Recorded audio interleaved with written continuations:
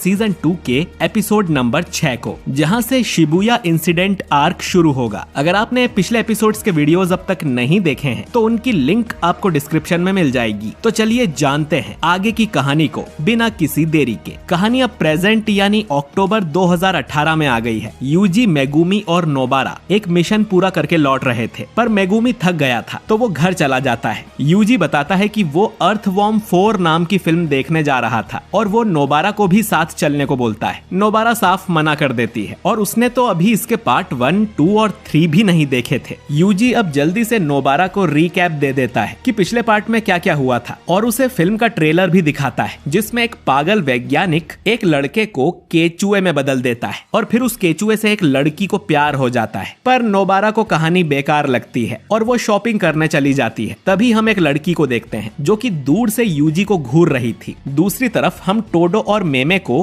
Kyoto के principal गाकू kanji के office में देखते हैं, जहां वो कुछ स्टूडेंट्स की रैंक बढ़ाने की सिफारिश करने आए थे। इनके नाम थे माकी, पांडा, मेगुमी, नोबारा और यूजी। वो चाहते थे कि इन पांचों की रैंक बढ़ाकर फर्स्ट ग्रेड कर दी जाए, लेकिन ये इतना आसान नहीं था। इन लोगों को पहले किसी फर्स्ट ग्रेड के साथ कोई मिशन कंप्लीट करना होगा और मिशन के बाद उन्हें सेमी फर्स्ट ग्रेड बना दिया जाएगा और फिर उन्हें अकेले ही एक फर्स्ट ग्रेड लेवल का मिशन पूरा करना है। तब डिसाइड किया जाएगा कि वो फर्स्ट ग्रेड बनने लायक हैं या नहीं। इसके बाद टोडो और मेमे टेबल टेनिस खेलने लगते हैं। टोडो को यकीन था कि यूजी जल्द ही मिशंस कंप्लीट कर लेगा और फिर वो दोनों बेस्ट फ्रेंड्स साथ में मिशन पर जाया करेंगे। लेकिन फिर मेमे बताती है कि उन्होंने जिस भी स्टूडेंट की सिफारिश की होती है वो उनके साथ मिशन पर नहीं जा सकते, जो सुन टोडो को बुरा लगता है और मैच जीतकर मेमे यहाँ से चली जाती है। इधर नोबारा शॉपिंग करके लौट रही थी, तभी उसके पीछे वही लड़की आ जाती है और नोबारा से वो यूजी के बारे में पूछने लगती है। इस लड़की का नाम यूको है और ये यूजी के स्कूल में उसकी क्लास में पढ़ती थी, लेकिन उस समय ये काफी मोटी हुआ करती थी, पर टोक्यो आने के बाद वो काफी पतली और लंबी हो गई है। असल में यूको यूजी को पसंद करती है, लेकिन उस समय उसमें इतनी हिम्मत भी नहीं थी कि वो यूजी से उसका नंबर भी मांग पाए। अब ये जानकर नोबारा चौंक जाती है और मेगुमी को कॉल करके यहाँ बुला लेती है, क्योंकि वो यूजी को ज्यादा जानता है। यूको नोबारा से पूछती है कि कहीं वो भी तो यूजी को नहीं चाहती, जिस पर नोबारा साफ मना कर देती है, लेकिन ये कहते वक्त उसके दिल में कुछ तो होता है। तभी मेगुमी यहाँ आ जाता है और नोबारा उससे पूछती है कि क्या यूजी की कोई गर्लफ्रेंड है। मेगुमी बताता है कि यूजी सिंगल है और उसके कमरे में एक मॉडल की फोटो भी टंगी हुई है। अगर उसकी गर्लफ्रेंड होती तो वो ऐसा नहीं करता। अब यूको पूछती है कि यूजी को किस टाइप की लड़कियां पसंद है। मेगुमी बोलता है कि यूजी ने एक बार बताया था कि उसे लंबी लड़कियां पसंद है, जो सुन यूको और नोबारा दोनों खुश हो जाती हैं, क्योंकि यूको काफी लंबी है। अब नोबारा जल्दी से कॉल करके यूजी को भी यहाँ बुला लेती है, पर नोबारा को डर था कि यूजी यूको को पहचान पाएगा या नहीं, क्योंकि वो अब काफी बदल गई है। लेकिन यूजी यहाँ आते से ही यूको को पहचान लेता है। इसके बाद हम एक फ्लैशबैक देखते हैं, जिसमें यूजी के दोस्त उससे पूछ रहे थे कि उसे उनकी क्लास में कौन सी लड़की पसंद है। यूजी कहता है कि अगर उसे किसी का नाम लेना है तो वो यूको है, क्योंकि उसकी हैंडराइटिंग काफी अच्छी है। पर उसके दोस्त ये सुनकर उसका मजाक उड़ाने लगते हैं, क्योंकि यूको तो मोटी है। यूको बाहर से ये सब सुन रही थी। यूको यूजी को छोड़कर सभी लड़कों से नफरत करती थी, लेकिन अब भी यूको यूजी को अपने दिल की बात नहीं बताती है, क्योंकि वो नहीं चाहती थी कि यूजी उसके नए लुक्स को देखकर उसे पसंद करे। कुछ देर यूजी से बातें करके यूको यहाँ से चली जाती है। अब मेगुमी बोलता है कि कम से कम दोनों को एक दूसरे का नंबर ले लेना चाहिए था, लेकिन नोबारा बताती है कि यूको उसे अपना नंबर दे गई है और वो इस बात से गुस्सा है कि उसका बॉयफ्रेंड बनने से पहले यूजी जैसे लड़के को गर्लफ्रेंड मिल जाएगी। इसके बाद यूजी भी यहाँ आ जाता है और तीनों फिल्म देखने जाने लगते हैं, लेकिन तभी इन्हें गोजो का कॉल आता है और वो इन्हें लॉरी उताहिमे के पास भेजता है। लॉरी बताती है कि गोजो का शक सही था और उनके बीच 2 या 2 से ज्यादा गद्दार छुपे हुए हैं, जो कि दुश्मनों को सारी इन्फॉर्मेशन दे रहे हैं। एक तो जरूर कोई हायर अप है, तो उसका तो अभी ये कुछ नहीं बिगाड़ सकते, लेकिन दूसरा कोई स्टूडेंट है जो हायर अप को इन्फॉर्मेशन लीक करता है और उसी को आज ये लोग पकड़ने वाले हैं। नोबारा समझ जाती है कि ये जासूस क्योटो स्कूल से है, इसीलिए उसने टोक्यो के स्टूडेंट्स को बुलाया है। लॉरी बताती है कि उस गद्दार का नाम है मेकामारू। दूसरी तरफ मीवा मेकामारू से मिलने जाती है, लेकिन मेकामारू कहता है कि उसे आज जल्दी सोना है और फिर वो मीवा को रिप्लाई नहीं देता। इधर लॉरी बाकी सबके साथ उस जगह जाती है जहाँ मेकामारू का असली शरीर होता है और उसका असली नाम कोकिची है। कोकिची की टेक्निक पपेट मैनिपुलेशन है और क्योंकि वो हेवनली रेस्ट्रिक्शन के साथ पैदा हुआ था, वो पूरे जापान में कितने भी पपेट्स को कंट्रोल कर सकता है। वो इन्फॉर्मेशन लीक करने के लिए किसी मच्छर के साइज का पपेट भी यूज कर सकता है। अब ये लोग कोकिची से लड़ने को तैयार थे, लेकिन जैसे ही वो दरवाजा खोलते हैं तो अंदर कोई नहीं था और कोकिची ने इन्हें गलत ठिकाना बताया था। इससे इनका शक यकीन में बदल जाता है कि कोकिची ही वो गद्दार है। दूसरी तरफ कोकिची अपने असली ठिकाने पर होता है और उससे मिलने गेतो और माहितो यहाँ आते हैं। असल में कोकिची ने इनके साथ एक बाइंडिंग वाउ ली थी कि वो इनके लिए इन्फॉर्मेशन ला कर देगा। बदले में माहितो को अपनी टेक्निक से कोकिची के शरीर को बिल्कुल ठीक करना होगा। कोकिची की ये शर्त भी थी कि वो लोग क्योटो स्कूल के स्टूडेंट्स को चोट नहीं पहुंचाएंगे, पर हानामी ने उनके दोस्तों पर भी हमला किया था, जिससे कोकिची गुस्सा है। माहितो इसे भी अपना दुश्मन ही मानता है और इसे खत्म करने को कहता है, लेकिन गेतो उसे याद दिलाता है कि बाइंडिंग वाउ को तोड़ा नहीं जा सकता, तो वो इसे ठीक करने के बाद ही इसे मार सकता है। अब माहितो कोकिची के पास जाता है और अपनी कर्स टेक्निक आइडल ट्रांसफिग्यूरेशन से उसके शरीर को पूरी तरह से ठीक कर देता है। कोकिची अपने पूरे शरीर को महसूस करके बहुत खुश होता है क्योंकि अब इनकी डील पूरी हो गई थी। तो माहितो कोकिची पर हमला करने लगता है, लेकिन कोकिची यहाँ ढेर सारे मेकामारू को बुला लेता है जो कि माहितो पर अटैक कर देते हैं। माहितो बड़े ही आराम से इन सभी मेकामारू को तोड़ देता है, लेकिन लड़ाई के बीच ही कोकिची यहाँ से भाग गया था। ये देख माहितो डिसअपॉइंट हो जाता है, लेकिन तभी उसके पैरों तले जमीन फटने लगती है और एक बड़ा धमाका होता है और जमीन में से एक बहुत बड़ा